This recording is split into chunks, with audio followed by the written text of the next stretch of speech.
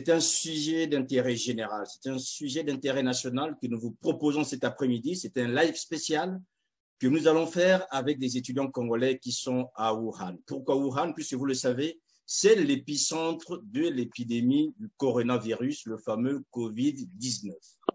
Rappelez-vous, déjà, au mois de janvier, à Wuhan, en Chine, dans la province de Hubei, des populations, près de 40 millions de personnes sont mises en quarantaine. Un virus sévit là-bas, des milliers de contaminés et aujourd'hui on compte des milliers de morts. Parmi ces populations mises en quarantaine, vous avez 105 étudiants congolais qui sont là pour certains boursiers de l'État et d'autres envoyés par leurs parents. Par rapport à l'urgence, par rapport, je dirais, à cette épidémie qui commençait à envahir le monde, le gouvernement congolais va avoir un geste salutaire. Consistera à pouvoir proposer une aide d'urgence aux étudiants à Wuhan. Sur les questions de nos étudiants à Wuhan, c'est clair qu'il n'y aura pas rapatriement. Ça, c'est clair. D'ailleurs, notre pays ami, le Sénégal, a pris la même option, a envoyé de l'argent à ses compatriotes. Et nous souhaitons qu'il y ait réaction le plus tôt possible. Monsieur le Premier ministre, vous avez dit que vous attendez mobiliser des fonds pour envoyer à nos compatriotes. Aujourd'hui, nous parlons de transparence. La représentation nationale aimerait au moins savoir de combien il s'agit. J'ai dit merci. On a voulu sincèrement ne pas communiquer le montant, donc nous avons pris des dispositions pour trouver, dans un premier temps, 200 millions, si vous voulez connaître, 200 millions pour soutenir ces étudiants qui pourraient avoir des petits besoins. Donc 200 millions, apparemment c'est pas beaucoup, mais on peut éventuellement augmenter cette somme si jamais on avait des informations plus avérées. Nous sommes le 6 février 2020. Clément Mwamba, Premier ministre, est interpellé au Parlement par M. bien-aimé Antoine Obamondon. Il répond à ce député que l'État, vu l'urgence, vu la situation, va débloquer dans un premier temps 200 millions de francs CFA pour venir en aide urgemment à ces jeunes. Et si le besoin s'en fait sentir, cette enveloppe sera augmentée ou complétée. Mesdames, Messieurs, nous sommes aujourd'hui à plus de 20 jours de cette annonce. Aucune communication officielle, ni circulaire, alors qu'au Congo, on sait en produire à tort et en travers, ni communiqué pour dire exactement cet engagement pris par le Premier ministre. Aujourd'hui, c'est quasiment une parole en l'air, puisque vous le savez, suite à cette annonce, puisque Ziana TV avait été le premier média à l'annoncer publiquement sur les réseaux sociaux, certains d'entre vous l'avaient tourné en dirigeant puisque vous étiez convaincus que le gouvernement ne tiendrait pas parole. Mais je suis en passe de vous dire sans doute que vous avez raison, puisque aujourd'hui, alors que l'urgence est là, M. Mwamba est incapable de nous dire concrètement qu'est-ce qu'il va faire ou qu'est-ce qu'il compte faire par rapport à cette annonce. De notre côté, nous avons mobilisé des hommes et des femmes du côté de Brazzaville afin de s'enquérir de la situation. M. Rigobert Mabundu, qui est le directeur de cabinet du Premier ministre, chaque fois qu'il est interpellé, répond toujours, c'est la même réponse qu'il donne, la situation est en cours.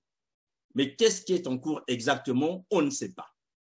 Or, d'après nos enquêtes et nos informations, aujourd'hui, cet argent a bel et bien été mis de côté au trésor public à Brazzaville. Donc, cet argent est disponible. Sauf que, au Congo, quand on met mis de côté, on sait aussi parfois ce que ça peut être concrètement. Les 200 millions ont été provisionnés. D'après nos informations, il serait, je dirais, impossible aujourd'hui d'envoyer cet argent en Chine parce que le Congo n'a pas assez de devises. On nous fait comprendre que la procédure est en cours, elle doit passer par la Banque centrale qui doit passer par la Banque de France et ensuite cet argent arrivant en Chine. Mais nous savons que le Congo a quand même une coopération assez importante avec la Chine. M. Bouya et consorts, aujourd'hui, gèrent des comptes pour le compte du Congo là-bas en Chine.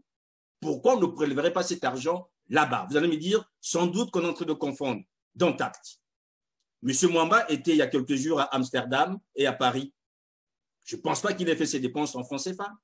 Il a bien trouvé des devises pour que sa situation, je dirais, son pèlerinage en terre néerlandaise et française se passe dans les meilleures conditions.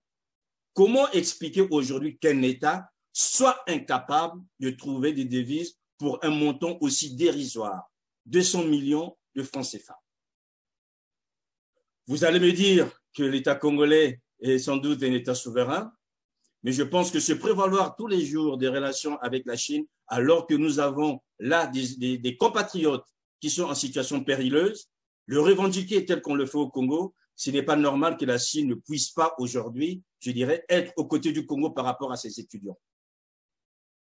Il y a eu, il y a quelques jours, le 24 février à Brazzaville, l'ambassadeur de Chine est intervenu, il a fait un point presse pour expliquer que les étudiants congolais étaient accompagnés et pris en charge.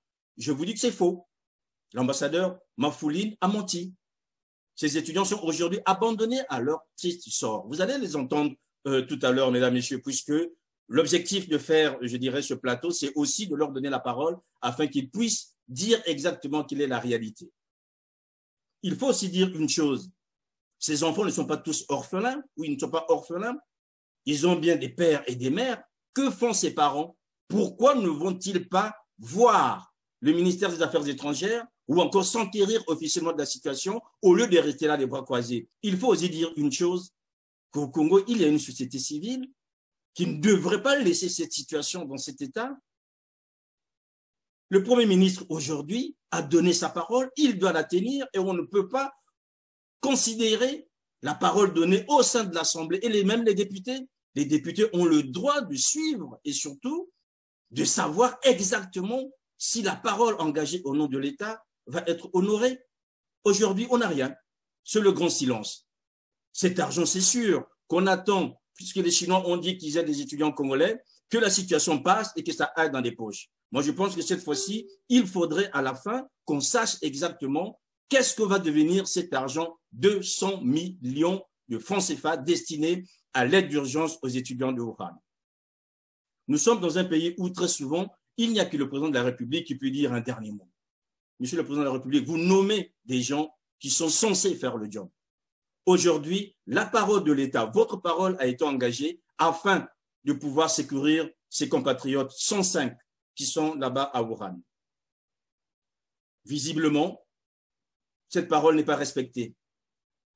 Quelle est cette urgence qui doit durer un mois quand on sait que les Gabonais, en quelques jours, ont pu débloquer plus que les Congolais afin de venir en aide à leurs étudiants? Quand on sait que les Ivoiriens, dès les premiers jours de la crise, ont débloqué de l'argent pour venir en aide à leurs concitoyens, alors que le Congo, qui vient quasiment en retard, est aujourd'hui quasiment bientôt 30 jours incapable de tenir une parole qui a été donnée publiquement.